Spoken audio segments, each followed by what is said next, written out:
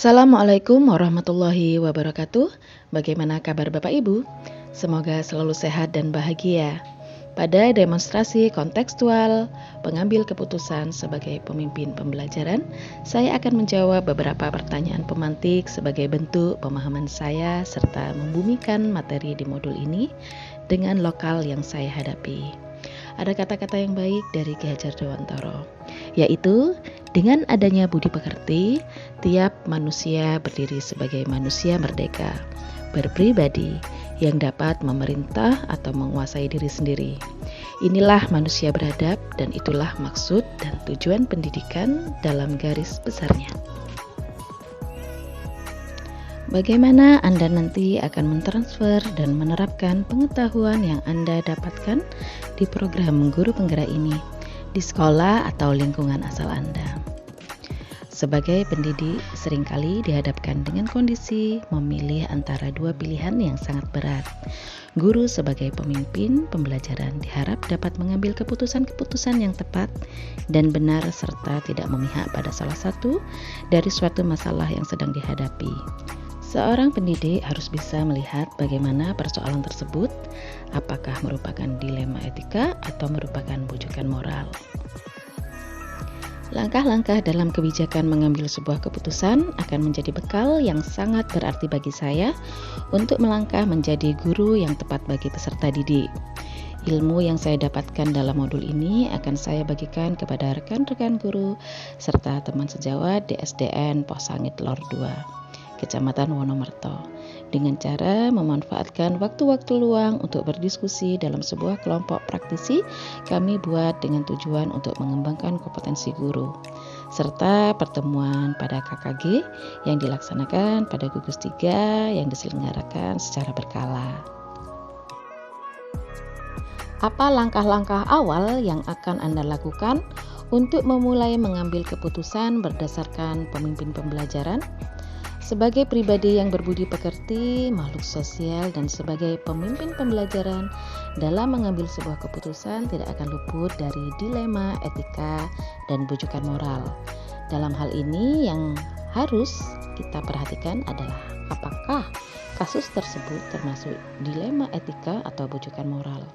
Dan untuk mengetahuinya, kita dapat melakukan langkah awal untuk identifikasi masalah atau menganalisa agar bisa diketahui bahwa kasus yang dihadapi adalah benar dilema etika atau bujukan moral. Bila masuk dalam kategori kasus dilema etika, maka ada beberapa hal yang perlu kita lakukan untuk mengambil sebuah keputusan. Kita harus memperhatikan 4 paradigma, 3 prinsip, dan 9 langkah-langkah dalam pengambil keputusan. Mulai kapan Anda akan menerapkan langkah-langkah tersebut? Hari ini, besok, minggu depan, hari apa? Catat rencana Anda sehingga Anda tidak lupa. Saya akan menerapkan langkah-langkah mengambil keputusan tersebut setelah saya mempelajari modul dan memantapkan ilmu yang saya miliki dengan memahami lebih dalam serta akan berusaha semaksimal mungkin memecahkan suatu masalah yang ada di lingkungan sekolah dengan memperhatikan 9 langkah-langkah yang ada dalam modul ini.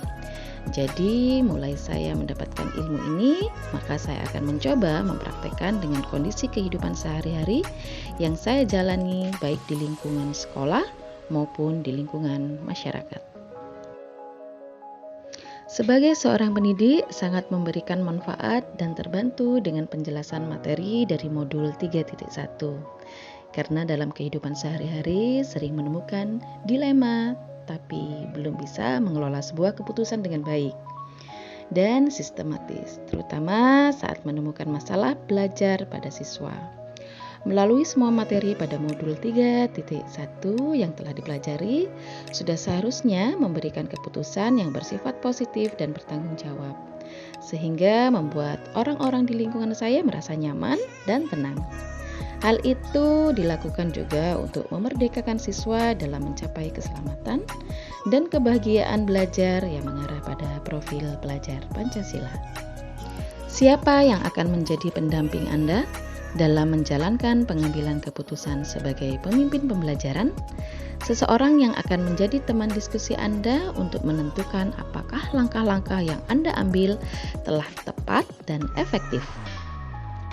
Yang akan mendampingi saya dalam menerapkan atau menjalankan pengambilan keputusan sebagai pemimpin pembelajaran dalam lingkungan sekolah, tentunya kepala sekolah, rekan-rekan sejawat, serta anggota praktisi yang ada di lingkungan sekolah.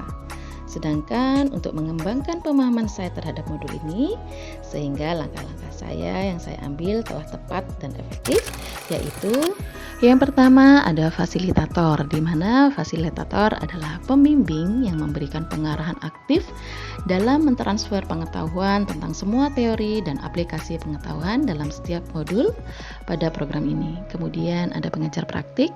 Pengajar praktik juga memberikan kontribusi penting selain fasilitator, sharing serta bertukar pemahaman baik saat pendampingan maupun lokakarya akan menambah pemahaman serta pembinaan ketepatan serta keefektifan keputusan yang saya ambil.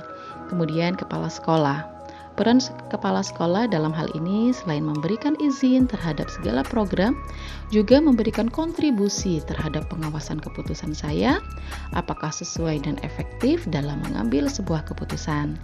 Karena sejatinya semua tanggung jawab ada pada pimpinan satuan pendidikan. Kemudian sesama CGP. Kebetulan dalam satu satuan pendidik, saya tidak sendiri dalam mengikuti program guru penggerak ini, sehingga lebih memudahkan saya untuk bergerak bersama dalam setiap program. Selain itu, saling bertukar pendapat dan sharing sehingga menambah pemahaman saya. Demikian jurnal monolog yang saya buat dan tertuang dalam demonstrasi kontekstual 31A7. Terima kasih. Wassalamualaikum warahmatullahi wabarakatuh.